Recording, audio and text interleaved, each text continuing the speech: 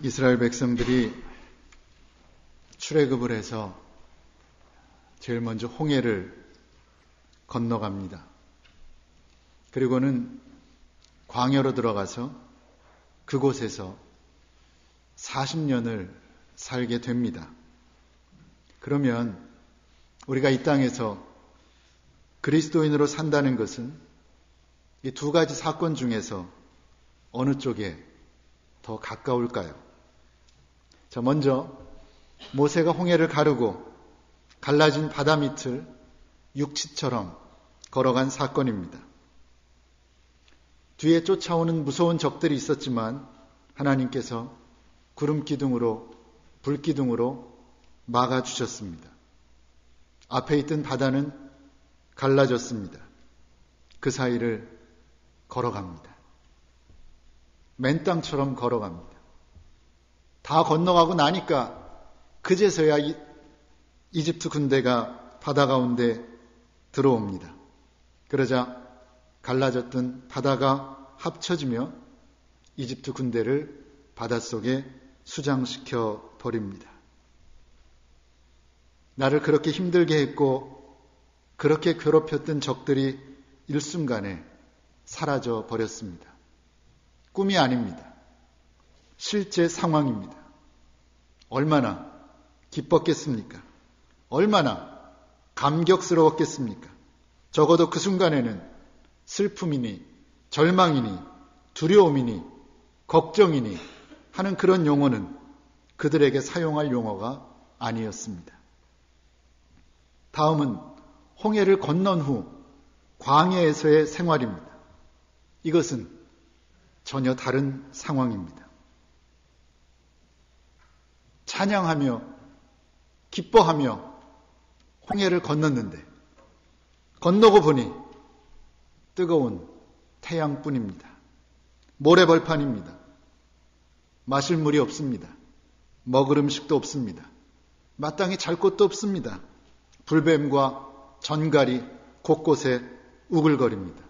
역시 꿈이 아니라 실제 상황입니다. 그런 광야에서 살아갑니다. 끝이 보이지 않습니다. 그들은 무려 40년을 그 광야에서 살았습니다.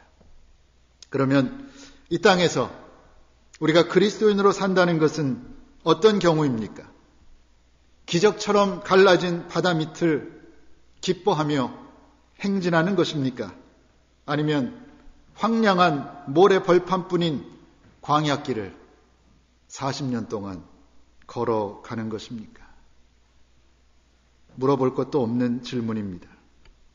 산다는 것은, 특히 그리스도인으로 산다는 것은 물도 없고 먹을 것도 없고 잘 것도 없는 광야길을 인내하며 걸어가는 것을 의미합니다.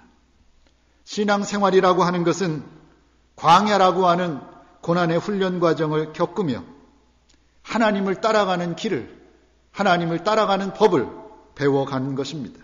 그것도 속성으로 잠깐 배우고 마는 것이 아니라 우리 인생 전체를 통해서 배워나가는 것입니다. 그런 면에서 신앙생활은 분명 인내의 훈련입니다. 참고 또 참으며 하나님을 배우고 신앙을 배우고 인생이 무엇인지를 배우게 되는 것입니다. 독실한 그리스도인이었던 프랑스 시인 폴 클로델은 이런 말을 했습니다.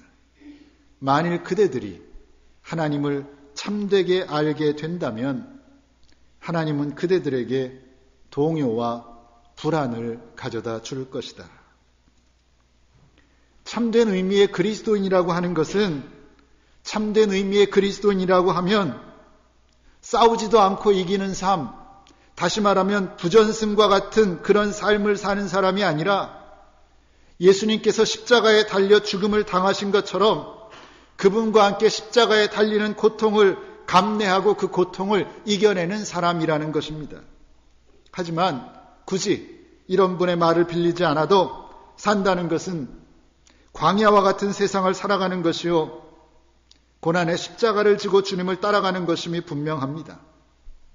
우리가 살아가는 것은 TV 드라마가 아니고 아주 구체적인 현실이기 때문입니다. 그리고 그 점에 있어서는 신앙인의 삶도, 우리의 삶도 전혀 예외일 수 없는 것입니다. 그러나 신앙인이 다른 것은, 믿는 이들이 다른 것은 고난이 없는 삶을 산다는 것이 아니라 그 고난의 의미를 깨닫고 산다는 데 있습니다.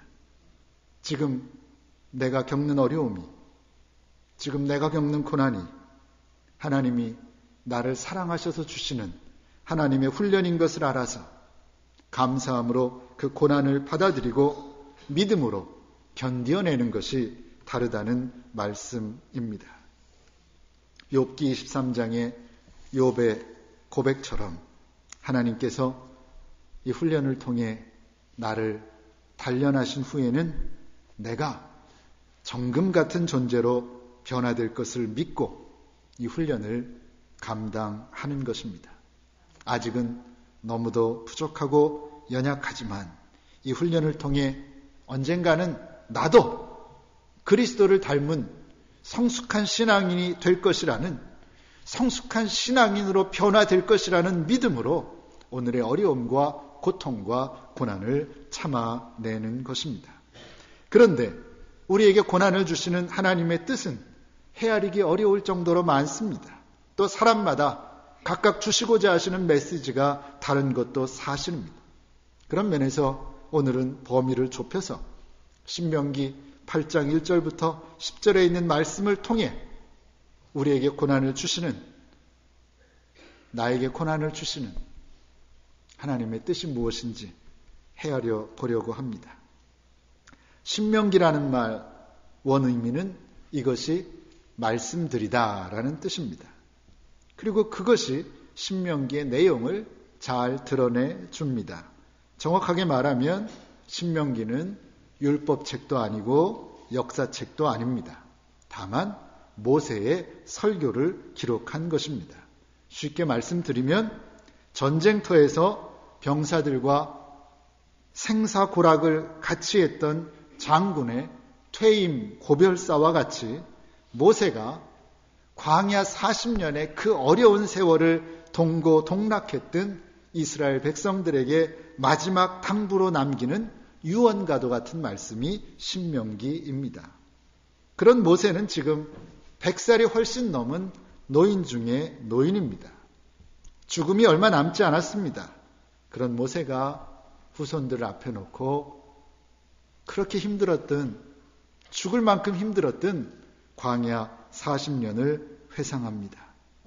출애굽해서 가나안까지 빠르면 사흘길입니다. 빠르면 사흘길이요. 보통으로 가면 2주면 되는데 이 사람들은 40년 걸렸습니다. 무슨 까닭입니까?